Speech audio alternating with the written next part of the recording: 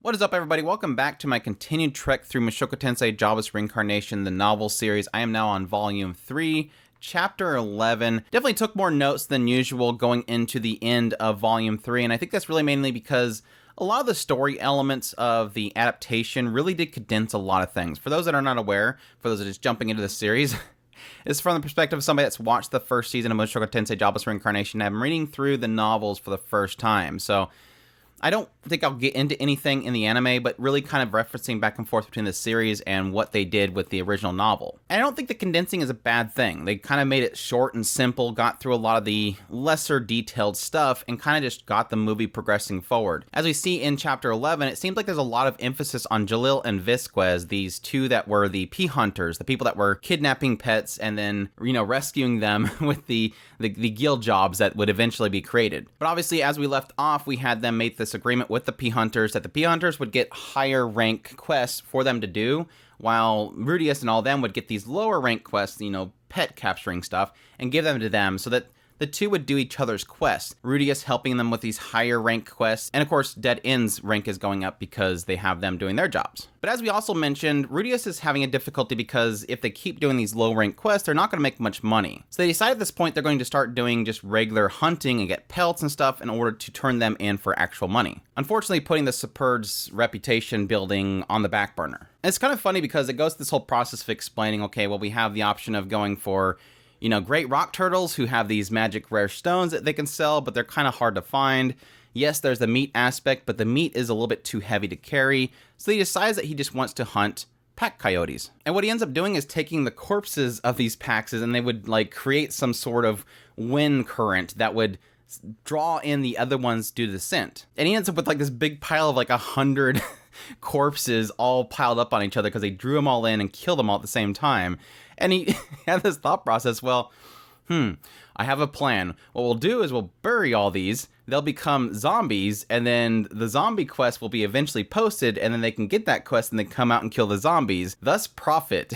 But no, Ruijerd stops the whole situation because apparently it's taboo to essentially create a problem out of another problem. After you kill them, you must burn them and get rid of their corpses. Following this, they make quite a bit of money. It seems like Rudeus is a little bit happy because, success, we've made some profit. He ends up giving some of the profit to Jalil, which he kind of mentioned previously that that's something he was going to do, that they were going to work side by side, and he was going to give Jalil and Vizquez some of their profit, which I'm kind of surprised that he would actually follow through with. But I guess, again, that goes back to how would that look to Ruijerd, who would see that as being almost a criminal act. Dead End ends up achieving rank E, which is also another bonus. And this is where it gets a little bit into Jalil. Like I said before, it kind of puts a little bit more emphasis on certain aspects of the story.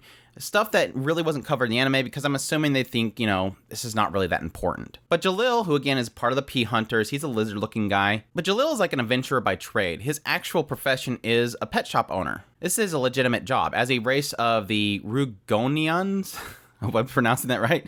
They're known for beast tamings. They're apparently so good at domesticating and training animals that he can even domesticate a proud beast woman. Which, yes, this obviously entices Rudeus, groveling at him to train him and give him tips on how to train beast women. My mental image went straight to Rudeus groveling and doing something to Ghislaine or something. And it kind of explains a little bit of how he got to where he's at. How'd you get from owning this pet shop and doing this adventure on the side to literally basically kidnapping? And it's all in this moment where he does go around to the village and he does find animals that are lost and he takes them in. And eventually at some point he just did it once, and then it kind of continued on from there. It's almost like a snowball effect. Now they got a little bit extra money, they decide to get some new gear. So we have this whole situation where they're going and they're looking at equipment. Of course, Eris decides to pick up some new equipment as well. It does note the idea that she's kind of knows exactly what she needs. She's been going through a lot of battles, so she's starting to see where essentially she's more vulnerable than other places. So she's able to pick out her equipment very well. And of course, he knows that Eris is grimacing at this frilly pink dress, something that she'd probably go to war before. Says, why don't you pick that out? And she immediately says, well, if I wear something like that, you should wear something more manly. And then he immediately thinks about a mental image of him wearing this fur vest. And he immediately drops the subject. But yeah, Eris ends up picking out a breast hide chest piece, one size bigger, because he mentions that she finds this one thing, says, how's this? And he's like, you'll probably want to get one thing larger because you're still growing. which she doesn't like, but she ends up doing that for him. When noting the idea of her picking up Helmet, she's completely against the idea. Instead, they end up getting like these headbands that have a sort of plating on it, which again, if you see in the anime, that's pretty much what they all get, is these little headbands. This is where we get into Rudeus and how he gets his gray robes. This is kind of an interesting thing because I think we just kind of jumped to him having it. We never had an explanation of what he gets and why he gets it. He starts looking through all the robes, and the emphasis here is on the threading. Depending on what kind of monster fur is threaded in the robe itself, it gives it different sorts of protections. They have this like lighter gray one, but it has no protections on it. You have like red robes are more prone to protect against explosion magic and fire magic, which he sort of thinks that might be an option for him because he uses explosive magic in close range to project himself away. But when the shop owner asks him, well, what's your specialty? And he's like, well, I kind of do everything. So the guy's like, okay, hold on a second, brings out these really dark gray robes, which are made by a genuine Maki rat hide. There's no special protections to it, but as he sees, it kind of is more prone for stabbing weapons. Like if it's very thick and it's a little bit heavy, so it gives a protection against any sort of, physical weapons. And it kind of rounds things out. Obviously, seeing that Eris has this headband because she doesn't want to wear a helmet, and then you have Ruijerd is wearing a headband because he's covering up the third eye. He's like, figures, I might as well get one too. That way why be the odd one out? So that's kind of what the explanation is to why they all end up with headbands. It kind of made it out to be like, this is the dead end thing, is we're all going to wear these headbands, but there's actually a reason behind it. Now, since we got into Jalil, one of the P hunters, why not get into Vizquez, which apparently they end up doing. And if this comes in the form of having Ruijerd, while they're out shopping, go and follow Vizquez, because he wants to make sure that, he is working with these people on more of a shady deal, so he wants to make sure they're doing their job properly. Yes, spreading the word of Superds, and yes, not doing anything shady. And explains how Vizquez got this job for exterminating these insects out of this kitchen, which the Zumiba race, which is what Vizquez is, has like a poisonous saliva. And this is also a saliva that insects are kind of drawn to, so I just imagine Vizquez walking around this kitchen and spitting on the ground or whatever, and the insects are coming to it and dying. So it seems like Vizquez is like the perfect person for this job. And even goes so far as to, once everything is kind of gotten rid of, she even gives them like an extra amount of their saliva so they can use that for later, and patches up all the holes where the insects would come in. So Vizquez actually does a really good job. And yes, even Ruijerd, in spying on this, uses his third eye to confirm that all the insects are gone. So Vizquez does a really good job. But despite this, yes, Ruijerd returning still doesn't trust them and asks, why do you trust Vizquez and Jalil? Why do you trust these two? And Rudeus says, I don't trust them. I only trust you and Eris. And it's kind of a sad thing because despite him saying this, Ruijerd goes to pat his head and then he stops.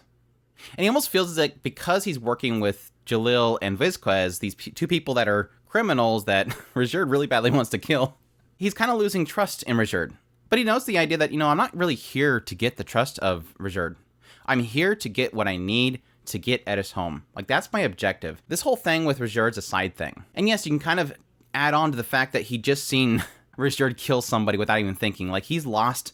He's almost fears Ruijerd at this point. But he still says that he's going to do his best to improve the reputation of the Spurs. Like, he's still going to hold on that promise. Going to chapter 12, they've just hit D rank for the dead end group. This is where he's sort of starting to contemplate what he wants to do. We've hit D rank. We could probably start taking C rank stuff. It might be a good time at this point to cut ties with Jalil and Vizquez. He saved up enough cash. It's probably a good time to just go ahead and leave this village altogether. Just leave them behind. He doesn't see Vizquez and Jalil betraying him because he's keeping an eye on them. But at the same time, he does see this whole job swapping thing as to be something of a taboo, something that's probably going to eventually cause issues. But even still, the end, he decides to go ahead and hold off. He's going to wait until he gets to rank C, and then he'll cut ties. This is where we get into the job of the unknown monster. This was quite significantly different than in the anime. This is when he sees a posting on the board for an unknown monster, large slithering creature spotted in the forest, find and destroy if dangerous. The job itself is very vague.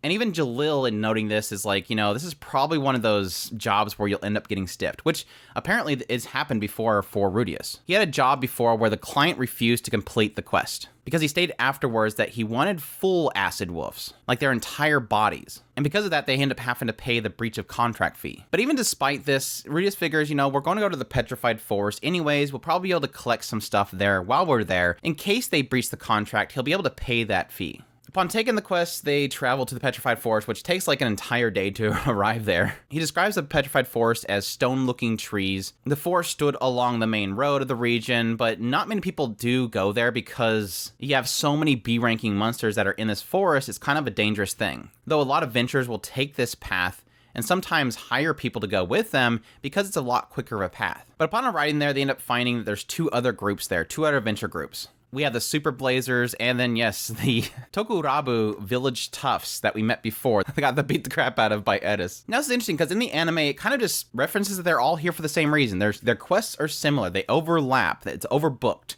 But it actually explains a little bit more in detail in the novel. Yes, it's sort of the same quest, but it's not the same quest. Blaze, who is a part of the Super Blazers, a B-rank group, they're there to slay White Fang Cobras. Kurt, who is a part of the Village Toughs, he's there to collect mysterious eggs spotted in the area. And then Rudeus and his team, a part of essentially the bee hunters, essentially, is there to locate an unknown monster. So yes, they're all to this location, and yes, they can sort of overlap, but they're not necessarily the same quest. Which yes, does play into the idea that there's a lot of fear here that somebody's going to end up having their contract breached, because if somebody finds the White Fang Cobras, they could end up destroying the mysterious eggs, and then thus Kurt won't get his reward. The White Fang Cobras could be the mysterious beast that essentially the Pea Hunters were told to come get. So there's definitely a lot of overlap here, but it's not necessarily the same thing. So in the end, this does turn into sort of a race. Each one of them wants to get to the quest first. But I like it here because it sort of gets a little bit into the mind of Blaze. Not really into the mind, but more so Rudeus getting into his mind. Blaze is mad. He's like, you guys just go back home. This is too high of a quest for you. And yes, that's obviously a key thing here. The village toughs aren't that strong. They just started out. They're almost in the same area as Rudeus. These are low-ranking members that are here to do collection stuff and investigation, while he's here to slay a very tough mob. And what Rudeus sort of gathers from this is that he kind of understands Blaze in a way. This is a guy that's a really high rank adventurer, and now he's kind of coming into this forest that's very dangerous, and he has a bunch of low ranks pretty much bottom feeding behind him. And he doesn't want to have to babysit these kids. But yes, the Super Blazers march off, the village toughs march in behind them, all basically racing to get to whatever this mysterious creature is. So Rudeus is kind of trying to figure out what he wants to do, but really quickly, Ruijerd jumps to wanting to follow the village toughs. He's worried about them. He wants to protect them. Rudeus is like, if you follow and you protect them, they're going to find out that you're superb. Ruijerd, obviously, I don't care. I'm worried about them. I want to follow them. And this is where things, of course, go downhill, as anybody that's read the anime or watched the anime know. But yes, another one that's significantly different. I think in the anime, they had a snake attacking the village toughs, and then eventually a spider shows up, and then all heck breaks loose. Bird guy dies. But this is sort of a step-by-step process. As they come there first, we see that they're being attacked by executioners. And executioners are sort of described as pretty much zombies. It's adventurers who died, and then the magic came inside of them, and they became monsters. And so he knows specifically these ones are very heavily armored, like super plate armor, large weapons, and it kind of does note the idea that even if you kill these executioners, their armor will disappear. So it sort of is like high risk, no reward, because whatever you can't even get their equipment off of them to sell it. But yeah, as the village toughs are being chased by the executioners, they're fleeing. Eventually, they end up running into a large group of anacondas, or almond anacondas. And yes, unfortunately, Rudeus keeps telling Ruijerd and Eris, don't jump in yet. We got to make sure they're at their worst. This will improve the name of the Superbs. Keep waiting, and then yes, bird guy dies. And that's when they all rush in to take down the anacondas and the executioners. And even Rudeus himself jumps in, using his stone cannon to take out one of the executioners. Ends up only blowing away one of his arms, noting the fact that these things are really powerful. And of course, this is where things really hit heavy on Rudeus. He's obviously knows he screwed up. But not only that, but Kurt confronts him at this moment and says, thanks for saving me. He looks at Rudeus with admiration. Like, you saved me. You guys are really strong. I knew you guys were strong, but dang, you guys are really strong. And this is just compounding on Rudeus. No, I'm not strong. No, I didn't save you. No, don't look at me with admiration. I just let your friend die.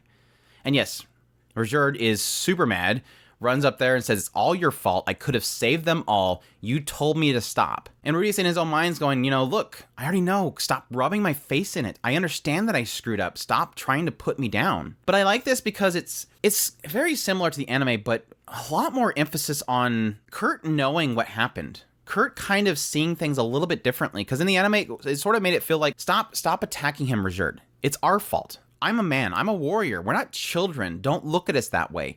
It's my fault. I chose to come here. I knew the risk, and I chose this. And then Ruijerd eventually realizing, no, yes, you are warriors. Yes, I shouldn't be taking this out on him. This is your decision. I can't look at you as children anymore, and it sort of fixed his mindset. What was more kind of cut from the novel to the anime adaptation was more kind of putting an emphasis on Kurt understanding, I guess, a different way that he believes that Rudeus was thinking. Kurt approaches and says, please don't start fighting. Kurt says, I understand what happened. You were watching and you were debating whether you wanted to help us or not. Obviously, Rudeus right here would be thinking, do I risk my own self and my own party for these guys right here? Again, he's more seeing it as Rudeus was hesitant because we screwed up. We came here. We put ourselves at risk. And he had to decide at that point, am I going to jump in here and fight a bunch of executioners and some anacondas for a random group? It was almost like it was taken as Rudeus was seeing this as not his responsibility. When Ruijerd says it's the adult's responsibility to protect the children. Obviously, Kurt right here says, no, we're not children. Don't look at us as children. We're adventurers. We wanted to live together all the way until the end. But the blame is all on himself. He came in here way over his own head. And yes, technically that's the point when Ruijerd would kind of accept the fact that he is not a child anymore, that he is a warrior. But Kurt's words of wanting to live on together all the way until the end really does weigh down heavily on Rudeus. He says that his chest throbbed painfully at those words. But again, this is where it kind of twists a little bit. Ruijerd apologizes to Rudeus. He says that he was too eager to intervene, but Rudeus was trying to protect their pride as warriors. And in Rudeus's head, he believes Ruijerd's kind of trying to wrap this up for himself, like he's wrapping things up in his own mind. But Rudeus doesn't find Ruijerd's conclusions to be convincing. It kind of plays in this whole idea that, is Ruijerd right here trying to make it make sense for himself? Is he trying to accept Kurt's words as being that they are a warrior and to give him some pride? In accepting this, is he allowing Rudeus to have a pass? Like, oh yeah, you were just trying to protect his pride, right? He knows exactly what Rudeus was doing. But yet he's told himself this. And Rudeus is really, I guess what I was getting out of this whole scenario is that I'm not sure that Rudeus believes that Ruijerd believes what he's saying. Almost that Ruijerd is saying something to just be conveniently to wrap things up. But even still, Rudeus at this point believes that this is a wake-up point for him. He's going to give all these mistakes that he made a serious thought later so that he can make sure that it never happens again. But then there's a side of him way back here that says that he's kind of happy that he got away with it. That somehow Ruijerd found that this was not Rudeus's fault. And he hated himself for it. He hates himself that he's like relieved that Ruijerd sort of explained it to himself. An interesting thing happens at the end of this that I don't really believe that was in the anime. And it was kind of a way of sort of bringing back up the mood. That as Kurt's leaving, obviously he's going to take his fallen comrade. They're going to leave the forest together. Ruijerd allows them to leave alone because he now recognizes them as warriors. And Eris calls out to them, tells them good luck. And Kurt, obviously not knowing what she's saying, confronts her, takes her hand, kneels down, and kisses her on the hand as a way of, showing respect because that's what he believes that they would do back in her country. And then he leaves. And Eris doesn't say anything. It's almost like she understands that this is kind of a deep situation. Let him do it. It's fine. This is sort of a sore spot right now. But she immediately turns to Rudeus and says, it's not what you think. She takes off the glove and throws it.